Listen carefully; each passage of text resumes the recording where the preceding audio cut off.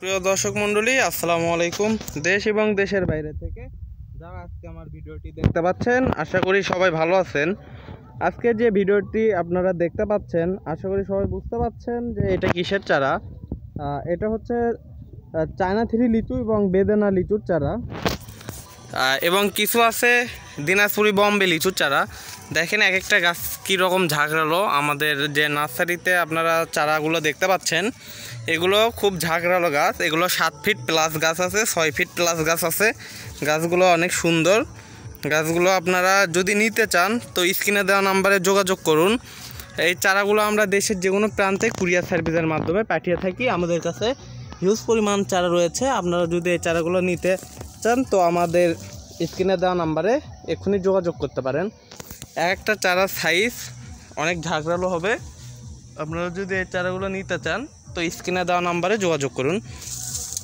একটা গাছের ডাল আছে অনেক সুন্দর, গাছগুলো অনেক সোজা, গাছগুলো অনেক ঝাঁকড়ালো। আপনারা যদি এই চারাগুলো নিতে পারেন তো সামনের বার এখান থেকে ফল খেতে পারবেন। লিচু চারাগুলো এর থেকে ছোটো চারা চাইলে আমরা দিতে পারবো। আমাদের কাছে হিউজ পরিমাণ চারা রয়েছে।